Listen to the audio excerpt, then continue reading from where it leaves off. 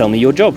So I'm a solutions consultant for a software company, and my role is basically trying to understand what kind of solutions the clients might need. So we can basically provide, let's say, a roadmap for the clients, so the clients can be aware of what could be possible in the market in terms of technology, and basically trying to make them happy. Does that mean that you are an engineer? Really not. So I have a digital background, and one day I basically decided to go more into the consulting side, and I got a chance at that time to meet a friend who recommended me for a job, and since when I just started. Can you tell me a little bit about what kind of tech that they build? Sure, so it's a lot of things. So we are very present in the CSAS world as well, as in marketing as well, social listening, social media as well. The whole thing is trying to unify all the possible frontline solutions for the clients. So they don't need to have point solutions, buying a lot of different things, but buying only one solution they can deal. So we are very integrated with AI, with integrations such as SAP, Salesforce, and all of things. Tell me what you do on a day-to-day. So what I'm doing every day is basically trying to, first of all, talk with my account manager, so who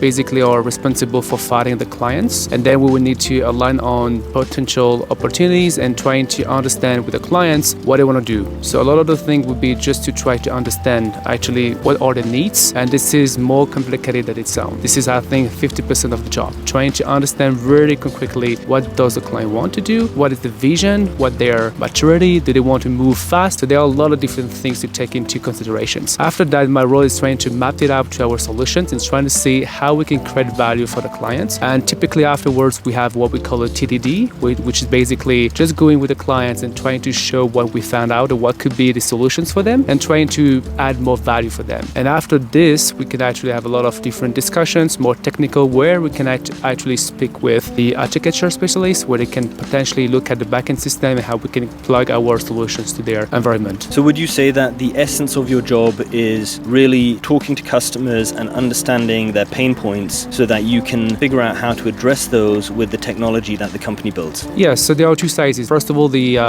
customer-facing phase, definitely. And the second one is more the technical phase. Our solution is growing every day, right? So everything, something new to learn. So you need to be able to be updated every time. So there are a lot of different prep times as well. Every time you talk to your clients, you want to be aware of all the new things that your company is doing. So you make sure that the clients have all the information. When you were young, did you always imagine yourself working in tech and doing this kind of a role? That's a good question. I never really had a dream. I just did my studies, and then I ended up in the social media kind of things, and then afterwards I knew that wasn't for me, so I tried something else. I never expected to do that in my life. Tell me, what do you love about the job? You have to convince people, so you need to, first of all, to know your solution pretty well. So as I said, it's a lot of prep, a lot of talk with your product analyst and stuff like this, just to be ready to speak to the clients. And then you need to speak to them and convey the best way possible that your solution is the best in the market. So which involve a lot of communication skills. You need as well to be a bit more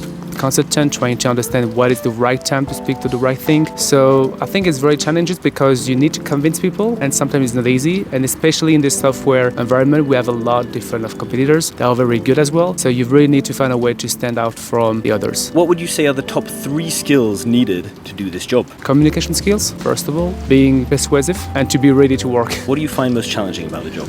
Clients could be sometimes very easy, sometimes it could be very tough. I know a lot of times they ask me questions that I don't know, and I need to find a way to find the answers quick. So this is a lot of challenges as well. When you're facing someone, when they ask the questions, it's not easy to find a way to gently find a way, to make sure that the client will understand you will come back to him or her with the right solutions, with the right answers. And this demands a little bit of experience. Can you tell me on average what could one earn in this type of a role? This type of role, there are a lot of different bonuses that we have to take into considerations, but I would expect after a couple of years to have at least a 6-digit number. What is your life advice for the young generation? Well, first of all, take it easy. I think it's one of the first things that I learned. You always want to be the best and always try to compete yourself with the others. Take it easy, have a good lifetime balance, because life going so fast. So you really need to take care of yourself, because if you take care of yourself, you can be more productive at work. Sometimes it's not about how many hours you work, it's what you deliver. Do not expect to work like 15 hours because this is good and it looks good. If you can make the job in 5, it means that you're just better. So that would be my first advice. And the second one is all around relationship. When you work for a company, you don't work for a brand, you